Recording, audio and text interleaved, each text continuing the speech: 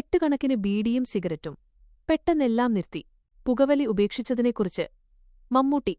മലയാളികളുടെ സ്വന്തമായി കാണുന്ന താരങ്ങളിലൊരാളാണ് മമ്മൂട്ടി. വക്കീല് ജോലി ഉപേക്ഷിച്ചായിരുന്നു അദ്ദേഹം സിനിമയിലേക്ക് വന്നത്. വിവാഹം കഴിഞ്ഞതിന് പിന്നാലെയായിരുന്നു സിനിമയിലേക്ക് ക്ഷണം വരുന്നത്. തന്റെ പാഷന് മനസ്സിലാക്കി പിന്തുണയ്ക്കുകയായിരുന്നു ഭാര്യ. തിരക്കുകളിലൊക്കെ ആവുമ്പോൾ അങ്ങനെ വീട്ടിലേക്ക് വരാന് കഴിയാറില്ല. വീട്ടിലെ കാര്യങ്ങളും മക്കളെയുമൊക്കെ നോക്കിയത് സുലുവാണ്. ഷൂട്ട് കഴിഞ്ഞു വന്നാല് പിന്നീടുള്ള സമയം മുഴുവനും കുടുംബത്തിനായി മാറ്റിവെക്കാറുണ്ട്. നമ്മളെ മാത്രം ഓർത്തു നോക്കിയിരിക്കുന്നവരല്ലേ അവരൊക്കെ.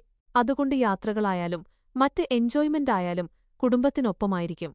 യുവതാരങ്ങളോടും ഈ മാതൃക പിന്തുടരാന് അദ്ദേഹം നിർദ്ദേശിക്കാറുണ്ട്. ജീവിതത്തില് തനിക്ക് ഏറെ പ്രിയപ്പെട്ടതായിട്ടും ഉപേക്ഷിക്കേണ്ടി വന്നൊരു ശീലത്തെക്കുറിച്ച് പറഞ്ഞുള്ള മമ്മൂട്ടിയുടെ അഭിമുഖം വീണ്ടും ചർച്ചയായിരിക്കുകയാണ്. ചില കാര്യങ്ങള് വേണ്ടെന്ന് വെക്കാനൊരു വിൽപ്പവര് വേണം. അതിനൊരു ശക്തിയുണ്ട്. നേട്ടങ്ങളെക്കാളും ഉപേക്ഷിക്കലാണ് വേണ്ടിവരിക. അങ്ങനെയൊരു ഫിലോസഫിയുണ്ട്. എനിക്കിഷ്ടപ്പെട്ട തള്ളിക്കളഞ്ഞൊരു കാര്യം എന്റെ പുകവലി ശീലമാണ്. എനിക്കിഷ്ടമായിരുന്നു വലിക്കുന്നത്. അത് നിർത്തിയിട്ട് 15 വർഷത്തിനു മേലെയായി. എനിക്കിഷ്ടമുള്ള കാര്യമായിരുന്നു. പക്ഷേ ശാരീരികമായി അത് നല്ലതല്ല. എനിക്ക് മാത്രമല്ല ആർക്കും. നമ്മുടെ ശരീരത്തിന് ഇഷ്ടമല്ലാത്തൊരു കാര്യത്തെയാണ് നമ്മള് കയറ്റിവിടുന്നത്. നമുക്ക് ജീവിക്കാന് പുക വേണ്ടല്ലോ. ആഹാരപദാർത്ഥങ്ങളും വായുവും മാത്രം മതിയല്ലോ.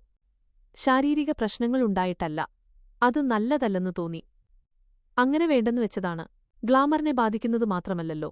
ഞാന് സിഗരറ്റ് വലിക്കുന്നത് മറ്റുള്ളവരെയും സ്വാധീനിക്കുന്നുണ്ട്.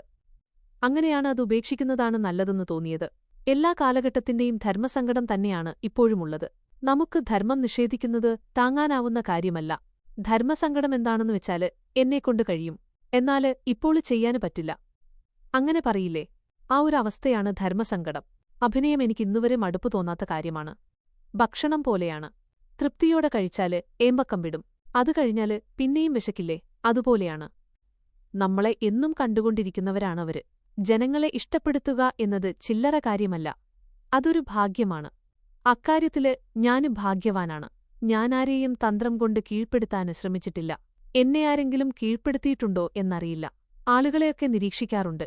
ഞാന് ചെയ്യുന്ന കഥാപാത്രങ്ങളിലൊക്കെ അത് പ്രകടമാവാറുണ്ട്. ചിലതൊക്കെ ബോധപൂർവമായി നിരീക്ഷിക്കാറുണ്ട്. ആളുകളെ മുൻവിധിയോടെ കാണാറില്ലെന്നുമായിരുന്നു അന്നത്തെ അഭിമുഖത്തില് അദ്ദേഹം പറഞ്ഞത്.